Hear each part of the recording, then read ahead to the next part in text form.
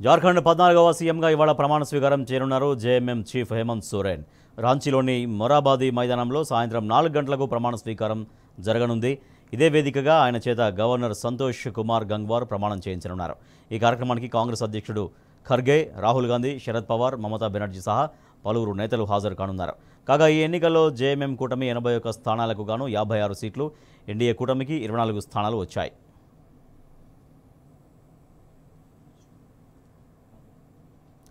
హేమంత్ సోరెన్ 4వసారి జార్ఖండ్ ముఖ్యమంత్రిగా ప్రమాణం చేయనున్నారు. మొదటిసారి 2013 జూలై నుంచి 2014 డిసెంబర్ వరకు సీఎంగా పనిచేశారు. రెండోసారి 2019 డిసెంబర్లో బాధ్యతలు చేపట్టారు.